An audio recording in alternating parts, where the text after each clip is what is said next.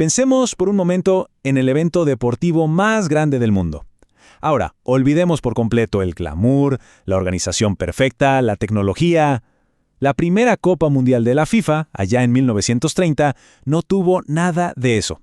Fue, más bien, una aventura llena de caos, drama y un comienzo que estuvo a punto de no ocurrir. Entonces, la pregunta es obligada. ¿Cómo es que un torneo tan gigantesco nació de un desorden tan absoluto? Bueno, la respuesta nos muestra que su sola existencia ya fue una victoria increíble contra todos los pronósticos. Esta es la ruta que vamos a seguir. Vamos a ver cómo nació la idea, cómo un boicot masivo casi la hunde antes de empezar, la odisea que fue el viaje de los equipos, la batalla épica que se vivió en la cancha y, por supuesto, el legado tan caótico como fundamental que nos dejó. Ok, para entender por qué nació el Mundial, primero tenemos que entender un conflicto clave de la época. La pelea entre el ideal olímpico, que era totalmente amateur, y la realidad del fútbol, que ya se estaba convirtiendo en un deporte profesional. A ver, durante años el torneo olímpico era la vitrina mundial del fútbol, pero en 1928 todo cambió. Las Olimpiadas se pusieron firmes, solo amateurs, y al hacer eso le cerraron la puerta a los mejores jugadores del mundo.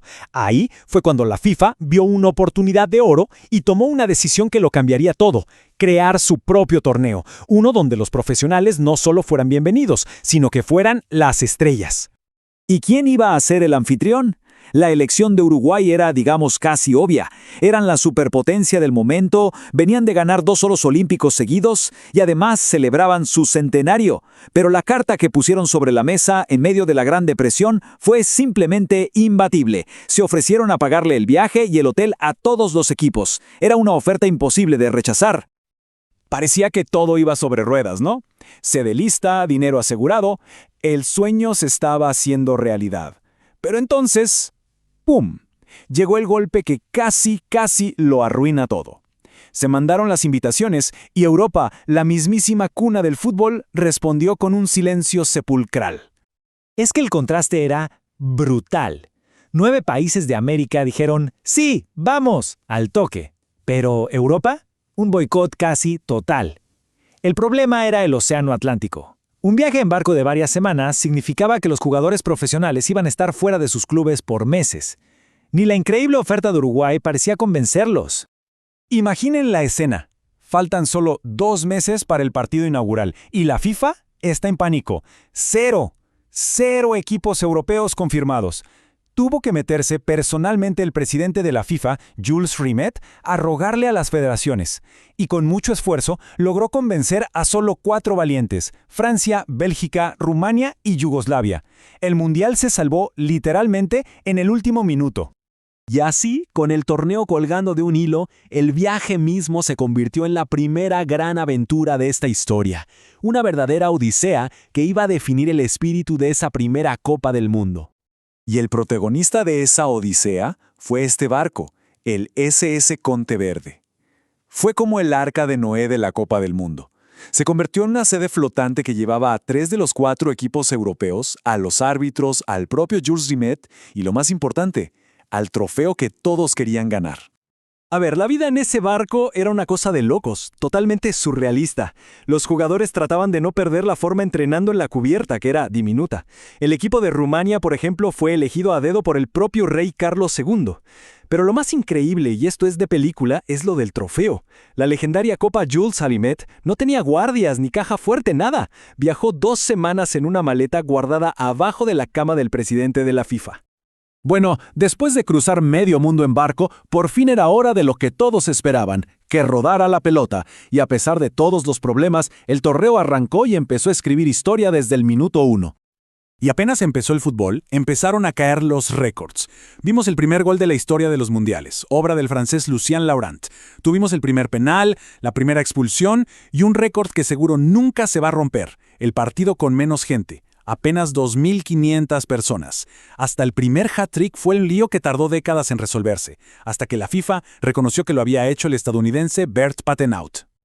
Y claro, como si fuera el guión de una película, la final tenía que ser esa. El partido soñado, la batalla definitiva entre los 2 gigantes del Río de la Plata, vecinos y archirrivales, Uruguay contra Argentina.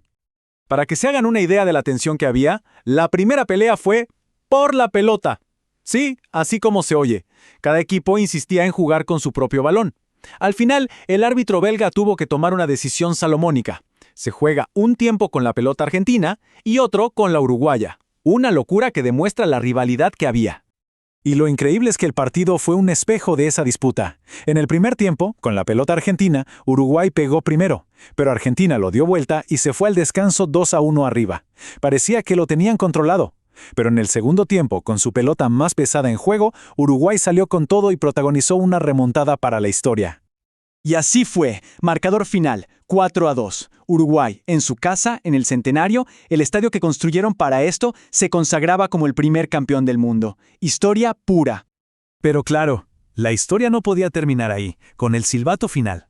La victoria uruguaya desató una tormenta que demostró que esto definitivamente era mucho más que un juego.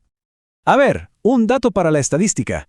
El consuelo para Argentina fue que su delantero, Guillermo Stabile, fue el goleador del torneo con 8 tantos. Pero, la verdad, los titulares al día siguiente no hablaban de goles. No, para nada. La resaca de esa final fue tremenda. Mientras Uruguay era una fiesta y declaraba feriado nacional, en Buenos Aires la cosa se ponía fea. Hubo protestas, piedras contra el consulado uruguayo, la tensión escaló tanto que se rompieron las relaciones diplomáticas entre los dos países. Una crisis internacional por un partido de fútbol. Y todo esto nos deja con una última pregunta, ¿no? ¿Cómo es posible que un torneo que nació así, entre boicots, viajes en barco y crisis diplomáticas, se convirtiera en el monstruo que es hoy, un evento que paraliza el mundo entero? Quizás la respuesta está ahí mismo, en sus orígenes, en esa capacidad de generar pasiones tan, pero tan intensas que desde el primer día demostró que nunca fue solo un juego,